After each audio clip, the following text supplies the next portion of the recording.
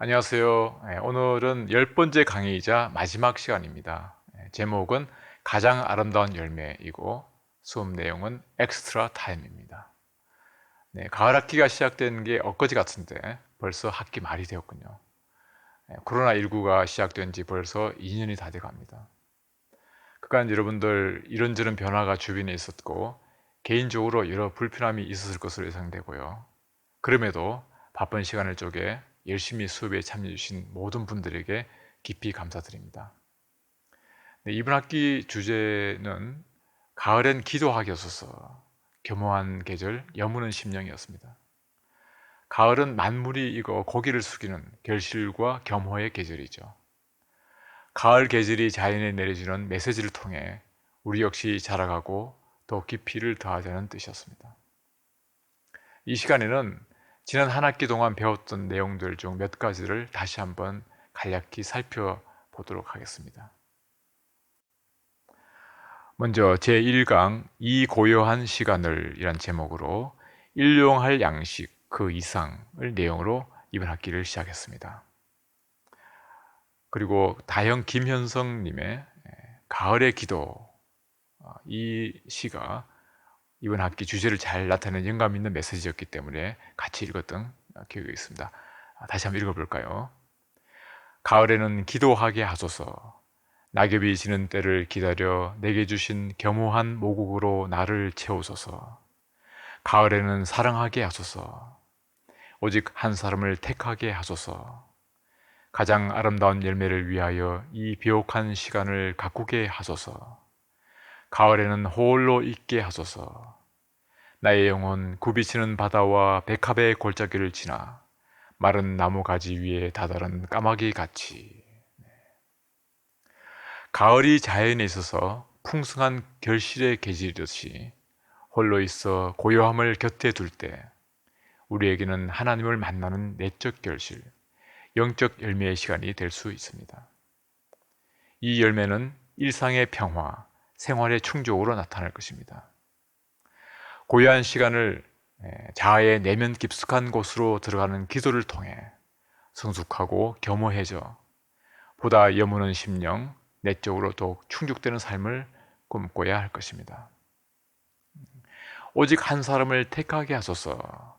가장 아름다운 열매를 위하여 이 비옥한 시간을 가꾸게 하소서. 라는 부분을 다시 한번 볼까요? 가장 아름다운 열매는 여기서 가치 있는 삶, 하나님의 은혜, 사랑의 결실 혹은 하나님에 대한 순수하고 헌신적인 사랑을 의미합니다.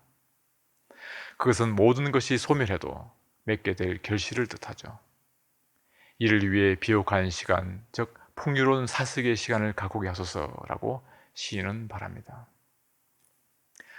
마른 나무 가지 위에 다다른 까마귀는 그 모든 것과 결별하고 홀로 남은 화자의 모습을 상징하죠. 화자가 도달한 절대 고독의 경지로서 화자의 영혼을 홀로 있게 할 수 있는 공간입니다.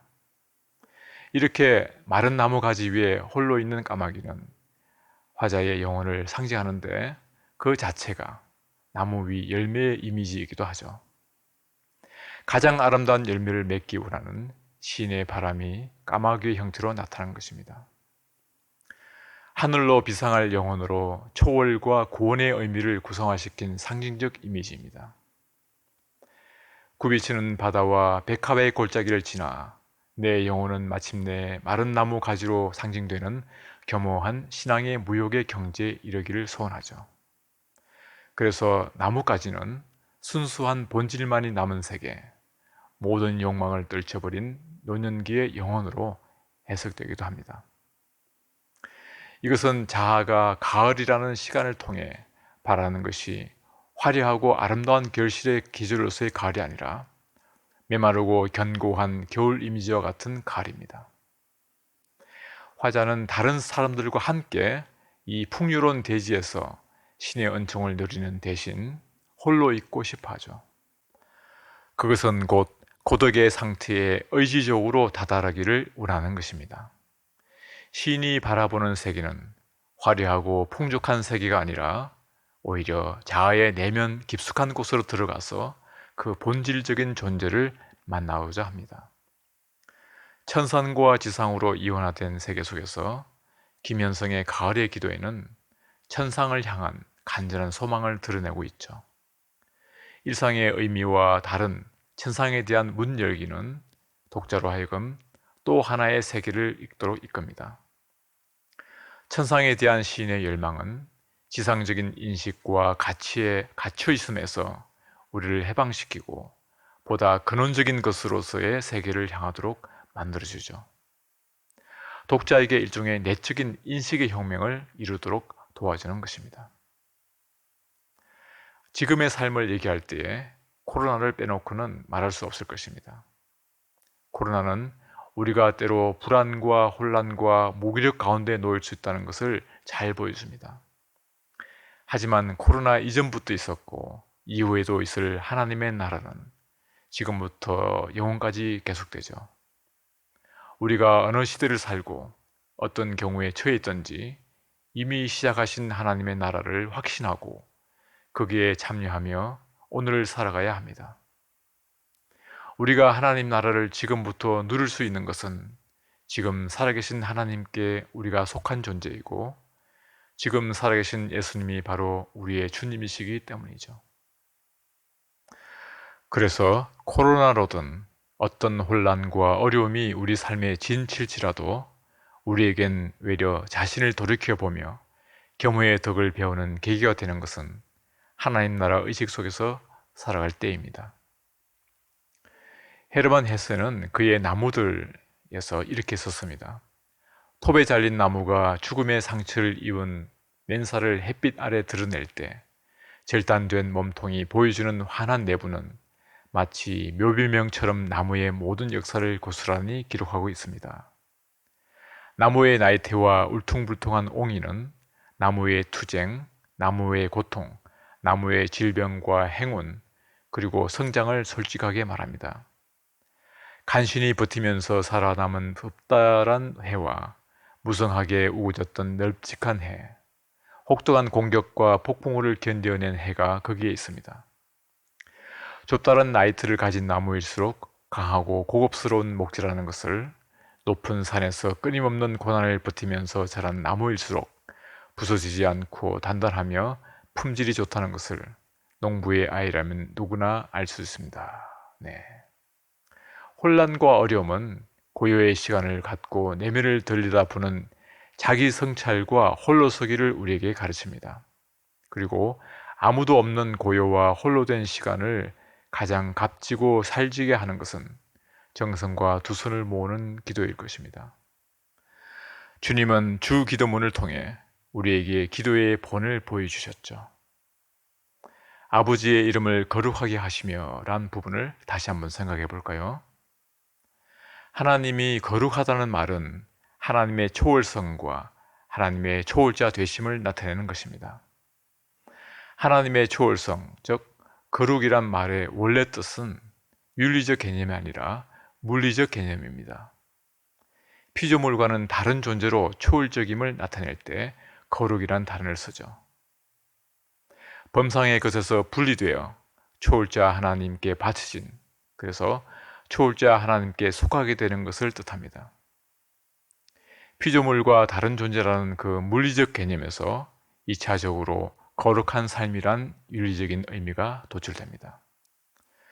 그러므로 우리가 거룩하게 사는 것은 우리가 창조주 하나님께 이미 바쳐진 그분께 속한 존재라는 뜻입니다. 초월자 하나님에게 속한 것은 거룩한 것이기 때문이죠. 따라서 그리스도인이 도덕적으로 살고 윤리적으로 결정을 하는 것은 하나님을 만족시키거나 하나님께 인정받기 위해서가 아니라 하나님께서 우리를 이미 받아들이기로 결정하셨고 우리가 이미 하나님께 속했기 때문입니다. 동방정교의 신학자 알렉산더 슈메만은 말합니다. 진실로 성스러운 것은 우리에게 자신이 지닌 성스러움을 알아차리고 자유롭게 이를 갈망하게 합니다. 이것이 진실로 성스러운 것, 거룩한 것이 지닌 기이한 특성입니다. 성스러움은 단순한 지식에 머물지 않고 삶으로 흘러들어 우리의 행동이 되죠. 그래서 성스러움을 깨닫고 경험하면 즉각 우리에게 무언가를 요구합니다. 우리 안에 어떤 변화를 불러오고 우리를 어딘가로 이끌며 우리를 사로잡고 매혹하죠. 삶이 의미와 영감, 기쁨과 거룩함으로 가득 채워집니다. 우리의 모든 생애를 관통해 내면과 삶의 변화를 요구합니다. 아버지의 이름을 거룩하게 하시며, 이 기도는 거룩한 하나님 아버지를 실제로 보셨고 그분을 온전히 받아들이신 이 그리스도의 외침 아닙니까? 그리고 이 기도를 통해서만 충만한 삶, 충만한 영감, 충만한 행복이 있음을 누구보다 더 잘 아시는 그리스도 그분의 가르침입니다. 두 번째 강의는 틀렸을 때 느끼는 기쁨이란 제목으로 다시 생각하기에 대한 생각에 대해서 살펴보았습니다. 성장과 겸허는 다시 생각하기를 필요로 하기에 그렇습니다. 다시 생각하기를 통해 성장이 일어나며 겸허히 과거를 새롭게 하는 데서 다시 생각하기가 이루어져야 할 것입니다. 그러기 위해서는 자기가 생각하는 것이 옳다고만 설교하는 전도사나 상대방이 틀렸다고 조목조목 따지기만 하는 검사나 다른 사람의 동의를 얻어야 할 때는 그들의 지지를 얻으려고 공작을 하는데 몰두하는 정치인 같은 사람이 되지 말고 과학자가 되어야 한다고 말합니다. 네, 바로 Think Again, 모르는 것을 아는 힘의 주자 애덤 그랜트의 주장입니다. 애덤 그랜트에 따르면 우리는 과학자처럼 자기가 하는 것을 당연히 의심해야 하고 자기가 이해하는 범위의 한계를 끊임없이 인식해야 하며 자기가 알지 못하는 것에 호기심을 가져야 하고 새로운 데이터를 얻을 때마다 그것을 근거로 자기가 가지고 있던 기존의 견해를 계속 수정, 보완해야 한다고 합니다. 그런데 우리가 과학자 모드에서 벗어나 만일 전도사처럼 우리가 설파한다면 자기 지식 안에 있는 어떤 틈새를 보지 못한 채 이미 진리를 발견했다고 믿을 것입니다. 그러한 자부심은 의심이 아니라 확신을 낳는데 확신은 우리를 검사같이 만들어버리죠. 그래서 이의나 토론으로 더 좋은 대안을 제시하려는 다른 사람들의 마음을 닫아버립니다. 이렇게 해서 우리는 확정 편향과 소망 편향에 사로잡히고 말죠. 확정 편향은 자신이 보게 될 것이라고 기대하는 것만 바라보는 것이고 소망 편향은 자신이 보고 싶은 것만 바라보는 것입니다. 그래서 정치인처럼 부모나 직장 상사 혹은 그부들에게 좋은 인상을 심어주려고 노력하느라 그들에게 지지받지 못하는 것들은 무시하거나 치워버리죠. 이렇게 해서 자기 의견이 옳음을 확인받게 되면 우리는 한층 더 오만해집니다. 우리는 보통 위대한 기업가와 지도자가 강인한 사고방식과 분명한 시각을 가졌기 때문에 그들을 우러러 봅니다. 우리는 이런 사람들을 단호하고도 확고한 신념의 화신이며 모범이라고 여기죠. 그러나 기업의 이사들을 놓고 토너먼트로 경쟁을 시켜보면 실제로 최고의 전략가는 단호하고 확고한 사람이 아니라 느리고 확신이 없는 사람입니다. 그들은 조심스러운 과학자들과 마찬가지로 자기 마음을 바꿀 유연성을 확보하기 위해 충분히 뜸을 들이고 시간을 들입니다. 미국 백악관의 대통령 집무실에서도 이런 사실을 확인할 수 있습니다. 재임 기간, 전쟁, 스캔들 등과 같은 변수를 제외했을 때 단 하나의 특성이 일관되게 대통령의 위대함과 일치했습니다. 그 특성은 대통령이 야심적이거나 강압적이거나 혹은 친근하거나 권모술수에 능하거나 하는 게 아니었습니다. 매력적이거나 위트가 넘치거나 차분하거나 세련되거나 하는 것도 아니었습니다. 위대한 대통령을 구별하는 요소는 바로 지적 호기심과 개방성이었습니다. 그들은 폭넓은 주제로 독서를 했으며 내치와 외교에 버금갈 정도로 생물학, 철학, 건축학 그리고 음악 분야의 발전에 대해서도 많은 것을 배우고 싶어 했습니다. 그들은 새로운 견해에 귀를 기울였고 자기가 가지고 있던 낡은 견해를 새롭게 고치는 데 관심을 쏟았습니다. 그들은 직업 정치인이었지만 자기에게 닥친 문제들을 과학자 같은 태도와 접근법으로 풀곤 했습니다. 다시 생각하기는 맨 먼저 지적인 겸손함에서부터 시작됩니다. 과학적 사고는 자부심보다는 겸손함을, 확신보다는 의심을, 관심 끄는보다는 호기심을 소중하게 여깁니다. 예전에 단호하게 결심하고 수용하던 것들을 다시 곰곰이 살펴보고 현재 내리는 의사결정에 의문을 가지며 호기심을 발동시켜 미래의 계획을 다시 상상하는 데는 겸손함이 필요합니다. 그 과정에서 우리가 발견하는 것이 낯익은 환경과 과거의 자아의 족소에서 우리를 해방시킬 수 있을 것입니다. 네, 제3강 내려오셨던 그분이 가장 높은 데로 올라가신 바로 그분의 수업 내용은 아래로부터의 영성이었습니다. 아래로부터의 영성은 하나님의 음성을 나의 생각과 느낌, 나의 고통과 질병들 안에서 듣고 하나님께서 만드신 참된 나 자신의 모습을 발견하는 일에 관한 것입니다. 또한 아래로부터의 영성은 더 나아가 우리 스스로가 지닌 가능성의 한계에 부딪혔을 때 바로 그곳에서 하나님과의 인격적인 관계를 가지기 위한 마음의 문을 열 수 있습니다. 초기 교회의 수도자들은 참된 기도는 우리의 덕행에서 우러나오는 것이 아니라 우리의 곤궁에서 우러나온다고 했습니다. 장 라프랑스는 이렇게 말했습니다. 예수님은 하나님께 도달하기 위해서 한 계단 한 계단 올라가는 완전성을 향한 사다리를 놓은 일이 없습니다. 오히려 자신을 낮추어야 하는 겸손이라는 아래로 내려가는 길을 제시하셨죠. 만약 여러분이 영웅적인 행위와 덕행을 쌓는 것으로 하나님께 다가가기를 원한다면 그 길을 통해서 하나님께 도달하려고 시도하는 것은 머리로 벽을 들이받는 행위와 같은 것입니다. 만약 여러분이 겸손의 길을 통해 하나님께 다가가기를 원한다면 자기 자신이 현재 실질적으로 처해 있는 빈약한 처지의 심연애로 내려가는 것을 두려워하지 말아야 합니다.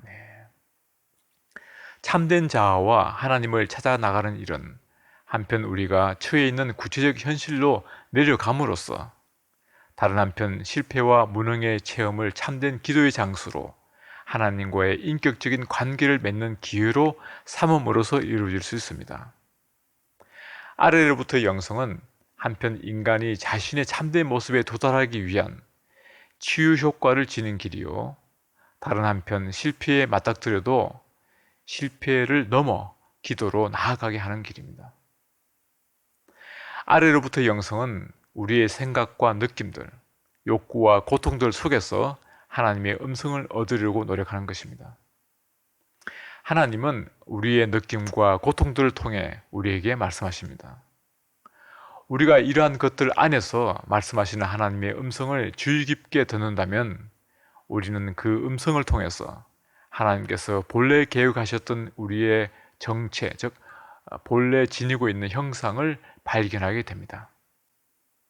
많은 사람들이 화, 짜증, 시기심, 그리고 의욕상실 등과 같은 자신 안에 일어나는 부정적인 느낌들에 대하여 당황하고 자신을 부정적으로 판단합니다. 그러나 아래로부터의 영성은 내 안에서 일어나는 모든 고통들과 정서들, 모든 것이 나를 하나님께 인도하는 요소가 될 수 있다는 것을 말하죠. 나는 스스로 그러한 것들 안으로 들어가서 그것들이 나에게 말하고자 하는 것이 무엇인가를 물어봐야 합니다. 하지만 이러한 고통들은 위로부터 영성에서는 제압되고 극복되어야 할 대상입니다. 평정, 이웃사랑, 친절 등에 대한 이상적인 생각은 내가 나의 격정과 분노를 제압해내는 것을 요구합니다. 그러나 자주 하나님께서는 나의 격정과 분노 속에서 나에게 말씀을 건네십니다. 만일 내가 나의 격정과 분노 안으로 들어가서 그들의 말에 귀 기울이면 내가 지금까지 나의 참된 모습을 거슬러 살아왔고 하나님께서 내게 허락하신 방식대로 살지 않았다는 사실을 알게 될 것입니다. 격정과 분노는 내가 다른 사람에게 내 자신의 영역을 많이 양보하여 그 사람이 나에게 너무 많은 영향력을 지니도록 했다는 사실을 알려주죠. 나는 지금까지 다른 사람의 기대를 채우는 일에 급급했고 나 자신이 필요로 하는 것이 무엇이며 나 자신이 참으로 원하는 것이 무엇인가에 대하여는 소홀히 해온 것입니다. 나는 지금까지 나의 삶을 나 스스로 살아오지 않은 것이죠. 다른 사람들이 나에게 너무 지나치게 가까이 와 있는 것입니다. 그들은 나의 경계선을 넘어왔으며 나를 다치게 한 것입니다. 내가 지금 해야 할 일은 그 격정과 분노를 억압하기보다는 대화를 나누어서 하나님께서 만드신 나의 참 모습을 내 안에서 찾는 것입니다. 격정과 분노는 나를 다치게 한 그 다른 사람을 나에게서 떼어내며 그래서 그와 적당하고 건전한 거리를 유지하도록 하는 힘입니다. 아래로부터 영성은 우리 안에서 일어나는 감정들을 진지하게 받아들이고 어떤 종류든 간에 우리 안에 존재하는 정서와 열정에 대하여 선입관을 가지지 않는 것입니다. 더 나아가 하나님께서 바로 우리의 감정과 열정 안에서 우리에게 말씀하시고 우리가 그 감정과 열정의 소리에 귀를 기울이지 않을 경우에는 삶을 건성으로 살아가는 것밖에 안 된다는 사실을 아래로부터의 영성이 말하고자 하는 것입니다. 감정이나 열정들과의 대화는 그동안 억압되고 한쪽으로 밀쳐졌던 영역들에 대하여 우리가 관심을 갖게 합니다. 또한 우리가 지금까지 금기시해온 정서들이 우리로 하여금 하나님께서 원래 우리에 대하여 계획하셨던 우리 자신의 모습을 만나게 할 수도 있습니다. 우리가 설정한 이상들은 평화롭고 친절한 모습을 모범적인 것으로 삼고 있고 그것대로 자신의 삶을 실현해 나가기 위해서 엄격한 통제와 훈련을 가합니다. 그러나 이러한 이상들로 인해 우리는 하나님께서 본래 계획하셨던 우리의 참 모습을 왜곡시키게 됩니다. 하나님께서 내 안에서 전개하시기를 원하시는 완전히 유일회적인 오직 하나뿐인 어떤 것이 내 안에 살아가고자 할 수 있는 것입니다. 제5강에서 우리는 하늘보다 넓고 바다보다 깊은 것이란 제목으로 더 총명하고 더 예리하고 더 나은 판단을 하기 위해를 내용으로 공부했습니다. 5강에서 우리는 Keep Sharp, 늙지 않는 뇌란 책의 내용을 살펴봤죠. 이 책의 저자인 산제이 굽타는 우리에게 더 총명하고 더 예리하고 더 나은 판단을 하기 위한 전략과 정보를 배우고 싶다면 이 책을 읽을 것을 권하고 있습니다. 그는 우리의 뇌가 나이가 들어도 충분히 강해질 수 있는 신체의 기관이라고 거듭 강조하고 있습니다. 나이를 불문하고 누구나 다 더 나은 뇌를 만들 수 있다고 말합니다. 뇌는 환경과 기타 요소에 의해 방향성을 가질 수 있습니다. 더욱 중요한 것은 몸 및 마음과 밀접하게 상호작용하며 영향을 주고받는다는 것이죠.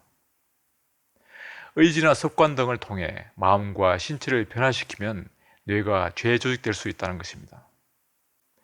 마음과 몸을 변화시키면 뇌를 바꿀 수 있다는 사실, 정말 놀라운 일이죠.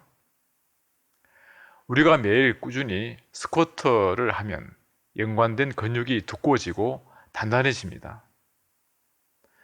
그것과 마찬가지로 기도를 하고 습관을 바꾸고 공부를 하며 순간 욱하는 성질을 계속 잘 참아내고 쓰지 않던 근육을 사용하는 운동을 시작하면 뇌의 배선이 바뀌게 됩니다. 그리고 그것들을 더욱 꾸준히 하면 그 능력을 담당하는 신경회로는 밀도가 높아지며 연결이 강화된답니다. 많은 사람들이 뇌를 건강하게 하는 것으로 식생활, 십자말풀이, 고등교육 등을 꼽겠지만 뇌 건강은 신체 활동과 관련이 깊다고 저자는 말합니다. 설사 우리가 나이, 유전적 요인 같은 위험 요소를 가지고 있다 하더라도 운동을 함으로써 이들을 극복하고 가능한 한 오래 삶을 지속할 수 있습니다. 운동은 뇌에 도움을 줄 수 있는 생물학적 효과를 유발하는 것 중 유일하게 과학적으로 증명된 것입니다. 그래서 제자는 걸을 것을 강력하게 추천하는데요. 뇌 연구에 일생을 바친 최고 수준의 과학자들의 이야기에서도 알 수 있듯이 기분이 중요합니다. 즉 현재로서는 뇌의 긍정적인 변화를 일으키는 가장 중요한 요인은 신체 활동이라고 합니다. 그리고 생각보다 훨씬 적은 양의 운동만으로도 뇌에 변화를 일으킬 수 있다는군요. 빠르게 걷기만 해도 큰 변화를 성취할 수 있으며 이는 앞으로 우리가 추구해야 할 방향이기도 합니다. 그래서 이를 닦듯 운동해라고 저자는 말하고 있습니다. 네, 제 6강의 제목은 이 세상의 희망과 신뢰와 사랑의 자시 남기기였고 수업 내용은 나르시시즘, 안전장치, 의미결여였습니다. 우리는 하나님께서 값지고 소중하게 허락하신 삶을 놓치지 말아야 합니다. 하나님은 우리를 하여금 삶을 모험할 것을 요구하십니다. 방관적인 관객 역할에서 벗어나 적극적으로 자기의 삶의 무대에 올라서서 맡겨진 주연으로 살기를 원하시죠. 이를 위해 하나님의 말씀은 우리가 탄 인생의 배 안에 잠들어 있는 희망을 깨워줍니다. 우리 안에 그 희망이 깨어나면 삶의 여정에서 세찬 바람과 거센 물결은 어떻게든 이겨내죠. 그것들이 더 이상 우리를 결정적으로 위협하지 못하기에 우리는 결국 승리해야 하는 확신 가운데 인생의 바다를 계속 항해할 수 있습니다. 중년 이후에 많은 이들이 다음과 같이 생각할 수 있습니다. 저는 제대로 인생을 살지 못했습니다. 그들은 자신들이 경험하지 못한 삶을 애석해 합니다. 나이가 한참 든 이제야 삶을 놓쳤음을 깨닫게 되죠. 이때 삶을 진정으로 살지 못했다는 생각이 들 수 있습니다. 그러나 성경은 삶을 다시 시작하기에 너무 늦은 때는 없음을 계속해 상기시킵니다. 신비주의자 요한네스 타울러에 따르면 하나님은 갖춘 게 많은 사람, 지위가 높은 사람, 가문이 좋은 사람, 성공을 이룬 사람을 궁지에 몰아서 그 사람으로 하여금 새롭게 일어나 진정한 삶을 살게 하신답니다. 타울러는 되찾은 은전의 비유를 그런 의미에서 해석하죠. 그는 하나님을 무언가를 찾고 있는 여인에 비유합니다. 하나님은 삶에서 과도하게 갖춘 사람, 모든 게 명확하고 모든 게 예정대로 흘러가는 사람에게서 잃어버린 은전, 잃어버린 중심, 곧 하나님 당신께서 그 사람에게 만들어 주셨지만 잃어버린 모습을 찾으신다고 말합니다. 그 사람은 자신의 참된 본질에 부합하지 않는 모습과 자신을 동일시합니다. 그는 주위에서 전해받은 모습, 곧 성공한 사람이나 행복한 사람의 모습으로 사람들이 봐주는 것에 만족하죠. 사람들과 원만하게 지내는 유쾌한 사람 혹은 자신을 잘 가꾸는 매력적인 사람의 모습에 머물러 있습니다. 그러나 그 사람은 하나님께서 만들어준 본래 모습을 간과했을 수 있습니다. 그 모습을 찾기를 그만두었을 수도 있습니다. 하나님은 무언가를 찾는 여인처럼 잃어버린 은전을 찾으려고 장롱을 옮기고 의자를 책상 위로 올립니다. 바닥도 싹 치우십니다. 그렇게 그분은 많은 것을 갖춘 사람을 궁지와 위기, 내적 곤경에 몰아넣으십니다. 하나님은 그 사람을 곤경을 통해 영혼 깊은 곳으로 이끄십니다. 그분은 그 깊은 데서 은전을 찾아내십니다. 하나님 당신께서 그에게 만들어준 유일무이한 모습을 도로 찾으신다는 것이죠. 그리하여 중년기에 이르러 곤경에 처한 그를 그 유일무이한 모습과 접촉하게 만드십니다. 많은 사람이 중년기에 위기에 빠집니다. 그런 다음 새롭게 길을 나서죠. 삶의 에너지는 중년기의 도전에 맞서야만 찾을 수 있습니다. 이를 위해서는 내면을 향해 길을 떠나야 하며 삶의 남은 절반을 위해 새롭게 의미를 찾아야 합니다. 그리고 자신이 이 세상에 어떤 자취를 남기고 싶은지 깊이 살펴봐야 합니다. 우리는 베세다의 눈먼 이를 고친 이야기에서 예수님의 메시지를 들을 수 있습니다. 예수님의 일행이 베세다에 이르자 사람들이 한 눈먼 이를 데리고 와서 예수님께 고쳐달라고 간청하였습니다. 예수님은 오직 그 눈먼 이와만 함께 있으려고 그를 마을 밖으로 데려나가셨죠. 그리고 그의 두 눈에 침을 발라 고쳐주셨습니다. 그런 다음 예수님은 그를 집으로 보내며 이렇게 말씀하셨습니다. 마을에는 들어가지 말라. 눈먼 이는 그를 보고 놀랄 마을 사람들에게 가지 말아야 합니다. 그는 혼자서 가야 합니다. 그래야 자기 내면에서 새로운 시각을 얻어낼 수 있기 때문이죠. 자신의 삶을 산다는 말은 때로는 혼자서 길을 걷는다는 뜻입니다. 다른 사람들과 늘 붙어 산다면 그들의 시각에 쉽사리 의존하게 되죠. 예수님께서 우리의 눈을 열어주시는 것은 우리가 자신의 삶을 자신의 눈으로 바라보게 하기 위해서입니다. 새로운 시각을 가지려면 그 마을로 들어가지 않는 것, 곧장 사람들을 찾지 않는 것이 중요합니다. 하나님께서 허락하신 자기만의 삶의 길을 찾는다는 것은 전적으로 자신만의 과제이기도 합니다. 이제 제 7강을 살펴보겠습니다. 7강의 제목은 특별한 사람이 평범하다고 말하는 이유였고 수업 내용은 미래는 픽션이었습니다. 다시 말해 미래는 어떻게 비전을 세우고 만들어 가느냐에 달려있음을 공부했죠. 여기서 우리는 최고의 변화는 어떻게 만들어지는가 라는 책에서 저자 벤저민 하디가 주장하는 것을 살펴봤습니다. 성격은 정말 바꿀 수 없는 것일까요? 이 질문에 대한 답은 결코 그렇지 않다는 것이었죠. 다시 말해 나는 내가 선택한 사람이 될 수 있다는 것을 벤저민 하디는 말합니다. 성격은 타고나는 것이 아니라 훈련되는 것이라는 것이죠. 성격은 변화할 수 있으므로 성격은 선택하고 설계할 수 있으며 그래야만 한다는 것입니다. 특별한 사람이 평범하다고 말한 이유가 뭘까요? 그들에게 물어보면 자신은 아주 평범하며 자신이 이룬 삶은 선택의 문제라고 말할 것입니다. 따라서 새로운 사람이 되려면 추구할 가치가 있는 새로운 목표가 있어야 합니다. 목표는 새로운 자질과 기술을 개발하고 변혁적 경험을 선택하게 하는 이유입니다. 성격은 정해져 있고 선천적이라는 관점의 근본적인 문제점은 사람들이 자연스럽거나 쉬운 일만 해도 된다고 생각하게 만드는 점이죠. 오늘날 많은 이들이 뭔가 힘들거나 어렵거나 어색하면 굳이 이 일을 할 필요가 없어 라고 말하고 쉽게 그만둔답니다. 그러나 진정한 자신은 현재의 자신이 아니며 과거의 자신도 결코 아닙니다. 진정한 자신은 스스로 가장 믿고 간절히 되고 싶은 모습이라고 저자는 말합니다. 우리 모두의 삶에는 크고 작은 가시와 유리 조각이 박혀 있습니다. 우리가 피하고 있는 과거와 미래의 고통스러운 경험들이죠. 이로 인해 과거가 삶을 정의하고 이끌어 가도록 내버려 둡니다.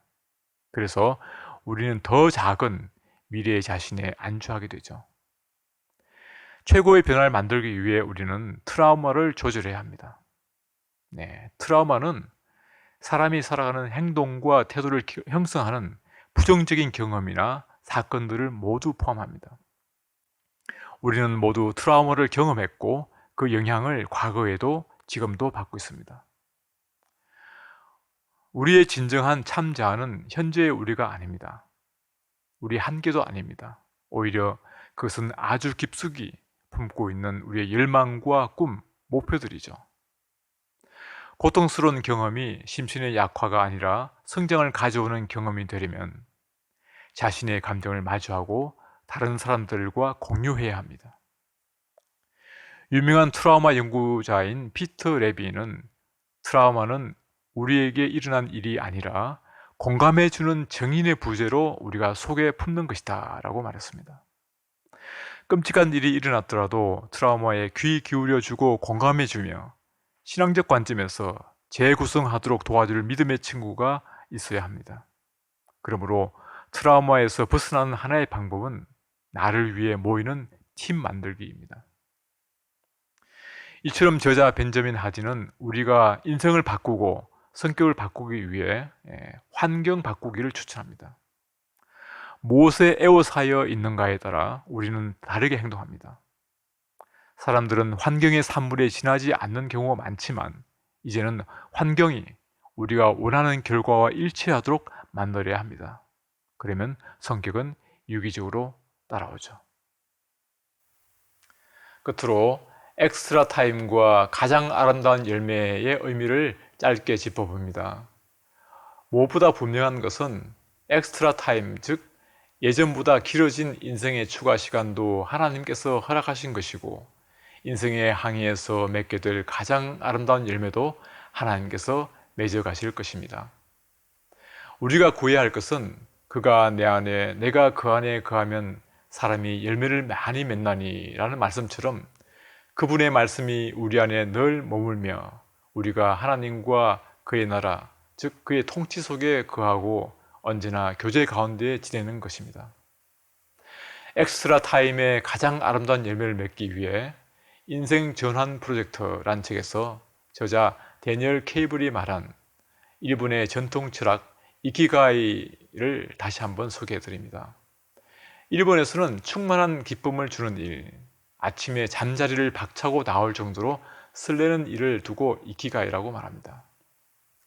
이키가이는 4가지 특징의 교차점에 있는 놀랍고도 깊은 만족감입니다. 그 4가지는 우선 좋아하는 일, 잘하는 일, 가치 있는 일, 대가가 있는 일입니다.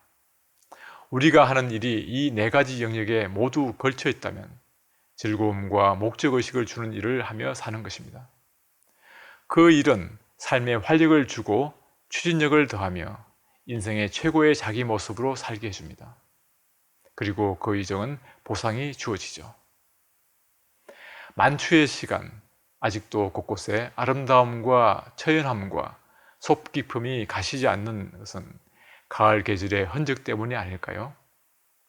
이처럼 우리 각자도 삶의 자리, 활동의 여운이 계속해 남아 성숙과 겸허에 미뤄서 주위를 오래도록 훈훈함으로 채우게 되길 바랍니다. 그래서 처해 있는 지금의 장소에서의 우리 모습뿐 아니라 떠나온 이전의 자리에서 흔적조차도 여전히 그 공간을 새롭게 만드는 계기가 되기를 바랍니다. 우리는 그렇게 서로에게 의미 있는 존재가 되고 의미 있는 모습이 계속해서 남는 삶으로 노년으로 접어들수록 더욱 우리 삶이 열매 있고 풍족하길 하나님은 원하십니다. 그래서 카밀라 카벤디시는 당신의 나이는 당신이 아니다 라는 책에서 나이가 우리를 규정해서는 안 된다 라는 문장으로 책의 서문을 열었습니다. 성숙과 겸허의 주제를 가지고 함께 해주셨던 2021년 가을 학기를 마감합니다. 코로나가 예상보다 길어져 불편함과 변화를 강제당한 듯한 시간이었지만 인내의 덕을 배우고 그리 아니하실지라도의 감사를 다시 생각할 수 있어 우리의 내면이 더욱 깊어질 수 있었길 진심으로 바랍니다. 이번 학기 바쁘신 중에 함께 해주신 모든 분들에게 감사드리며 한 분 한 분이 건강하시고 행복한 올해 마무리와 의미 있는 겨울 방학 보내시기를 기도드립니다. 이것으로 가을 학기 강의를 모두 마치겠습니다. 감사합니다.